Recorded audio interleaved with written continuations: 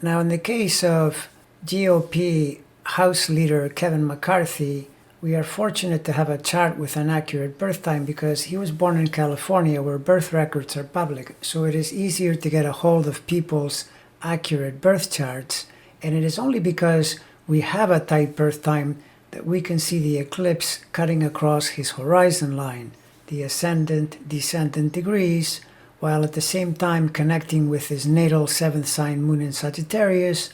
and squaring the 10th sign Saturn in Pisces. It's true that this eclipse would likely have been challenging anyway on account of triggering the Saturn-Moon square, even without taking the ascendant-descendant line into account. But it is this very line that probably best explains the recent heat Kevin has been under as a result of Wild Marjorie doing her daily arsonist routines, forcing him to eventually rebuke her, which he did, more or less in tandem with the eclipse days, although we probably should also give some credit to the Saturn station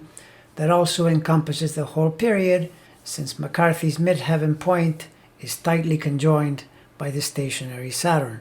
Aquarius will frequently connect you to one of its core meanings, work relationships, work groups, which immediately links him to his House of Representatives group and the troubles he has been experiencing. The Liz Cheney thing was hardly a pleasant affair, and then he had to deal with Marjorie very soon after. The relationship factor is emphasized by the 7th side of the horizon line, which is the pure relationship sign house in any chart. Now, as for the eclipse, and even for the Saturn station, well, these things come and go, but the problem is if you look ahead, McCarthy is looking at future significant discomforts in the form of an August station of Uranus in direct square to his midheaven, which usually connotes unpleasant surprises in your career sphere, although I will say that his natal Uranus makes all kinds of nice aspects, so perhaps the late summer period won't be so bad. However, the October station of Saturn on his Sun is almost certain to put all kinds of pressure on him. Transiting Uranus, stationary squared his Sun degrees concurrent with the insurrection by the MAGA fanatics,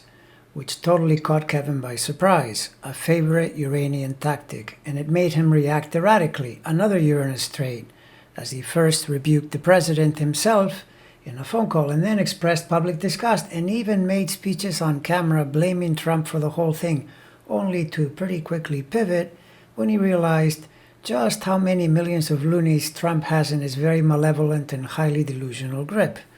This sudden about turn and forced gaslighting of the public put Kevin in a pretty bad light going into February, which is when Saturn was going over his Sun. So that wasn't a very good period, and it is even less likely that October, when Saturn stations, will be easy either. However, all that said, returning to our late May time frame and in summary about this eclipse, I would say it likely was not a lot of fun for the embattled GOP Speaker of the House.